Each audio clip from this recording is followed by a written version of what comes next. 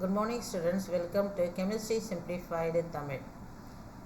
Okay, இப்போ இன்றைக்கி 3 video போடுறேன். ஒன்று ஒவ்வொரு தனி வீடியோவை போட்டுறேன். இன்றைக்கி என்ன கொஸ்டின் பார்க்கலாம். இப்போ என்ன கொஸ்டின்ஸ் இருக்குது அப்படின்னம்னா, now let us see the question. 0.44 mole of electrons were passed through the 4 electrolytic solution for 1 second connection in series. If the solutions are aluminum chloride, zinc sulfate, Re chloride and then silver nitrate, find the correct decreasing order of the amount of the each metal deposited at the cathode of each cell. Molecular weight of the each one is given. Of course, now what is the decreasing order? இப்போ இதில் என்ன கான்செப்டில் என்ன law இருக்குது அப்படின்னு பார்த்தோம் அப்படின்னா, this is here law what is function is called the Faraday's law. Faraday's lawவில் நம்ம இங்கே Faradayயோடைய lawவில் செகண்ட் law சொல்கிறாங்க. என்ன Faradayஸோடைய செகண்ட் law அப்படின்னா, வெயிட் டெபாசிட்டட் ஒரு எலக்ட்ரோலைட்டில் ஒரு எலக்ட்ரோலிசிஸ் பண்ணும் பொழுது, எலக்ட்ரோலிசிஸ் அப்படின்னா உனக்கு என்னன்னு தெரியும்னு சொல்கிறேன். கரண்ட்டு பாஸ் பண்ணுறப்போ அது மெட்டல்ஸ் டெபாசிட் ஆகுது. நான் எப்படி டெபாசிட் ஆகுது அப்படின்னா, let us see here based on their first I will give weight is directly proportional to the equivalent weight. Okay, so more equivalent weight, more weight will be there. அவ்வளோதான். இப்போ உனக்கு இதுக்கு work என்ன அப்படின்னா, ஒவ்வொன்றுத்துடைய equivalent வெயிட்டை தான் நம்ம கண்டுபிடிக்கணும். ஸோ இப்போ நம்ம என்ன பண்ணுறோன்னா, ஒன்று ஒன்றா கொடுக்குறேன். First what is given is I am writing the how to approach the question. Now let us see them.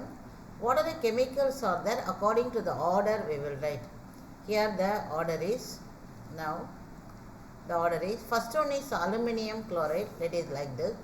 Second one is called zinc sulfate, and third one is called Re chloride with valency 3, and then silver. So this is the order of the solution, and is not order the solution. If the solution these are given, and then what is the electrons are the 0.44 mole and then 1 second அப்படின்னா என்ன அர்த்தம்னா, same quantity of the current is passing through the different solution. The amount of the weight deposited is directly proportional to the equivalent weight. current வந்து இப்போ சேமாக இருக்குது.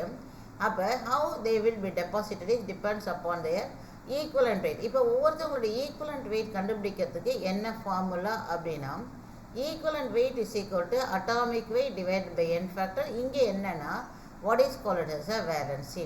இப்போ ஒவ்வொன்றுத்துக்கும் அவனுடைய what is it call atomic weight கொடுத்துருக்காங்க. அதோடைய வேலன்சியால் divide பண்ணோம்னா அதோடைய இது கிடைக்கும். இப்போ அலுமினியம்னா அதோடைய its atomic weight divided by its valency. Aluminium அப்படின்னா 27/3, that is called 9. Zinc நாம் 63.5. let me give. அந்த 63.5ங்கிறது மிஸ்ஸுக்கு மனப்படமாக தெரியுங்கிறதெல்லாம் எழுதியிருக்கேன். இங்கே பாருங்கள் 65.4. 63 வந்து காப்பருக்கு 65.4. now I am writing for the zinc 65.4 divide by 2. அப்போ இதில் எடுத்திங்கன்னா வாங்கன்னா 32 3 2 this is 14 7. What is gold அப்படின்னு பார்த்தோன்னா, கோல்டுடைய அட்டாமிக் வெயிட் வந்து எவ்வளோ 197 இருக்குது. ஸோ கோல்டுக்கு நம்ம பார்க்கும்போது 197. Let me write here for the gold. 197 divide by 3. அப்போ நம்ம இது என்ன எடுத்துக்கிறோன்னா, ஆர்மோன் 18 மீதி 17. ஸோ ஐமோன் 15. ஓகே, மீதி 1 17. So this is.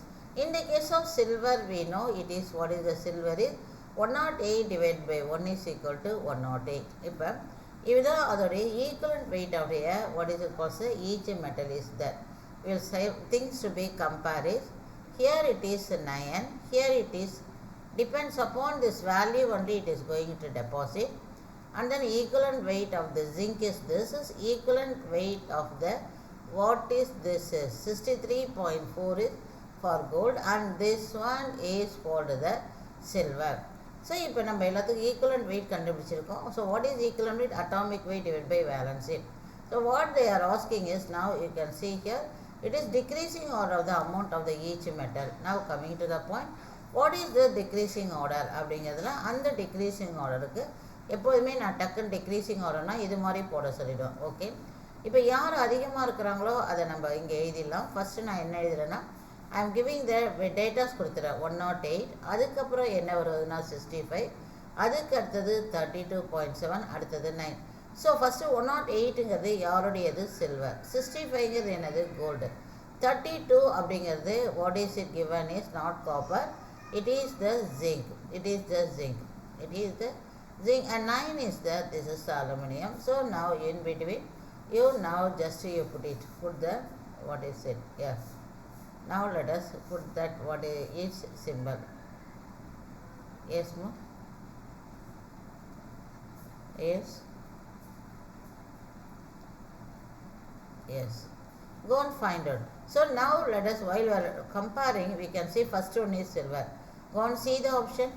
How many things are having silver is the first one is this one. So you can put it that thing.